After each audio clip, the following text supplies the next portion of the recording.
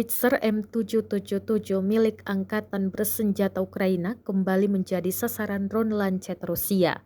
Rekamannya beredar di Telegram pada Kamis 23 Maret 2023. Tampak drone lancet Rusia menggempur howitzer kiriman Amerika Serikat untuk Ukraina ini seusai menembak. Ledakan dahsyat juga terekam UAV Rusia. Dalam keterangan unggahan disebutkan penyerangan ini dilakukan di distrik Yasinovatsky. Operator Batalion Kaskad Donetsk atau pasukan pro-Rusia mengerahkan UAV pengintai untuk mendeteksi howitzer M777 155 mm. Koordinat dikirim ke Lancet dan serangan tepat sasaran menghancurkan senjata tersebut.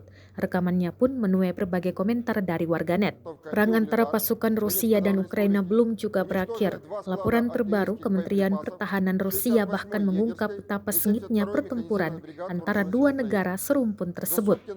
Pihak Ukraina mengklaim bahwa telah menewaskan sebanyak 920 pasukan Rusia dalam sehari.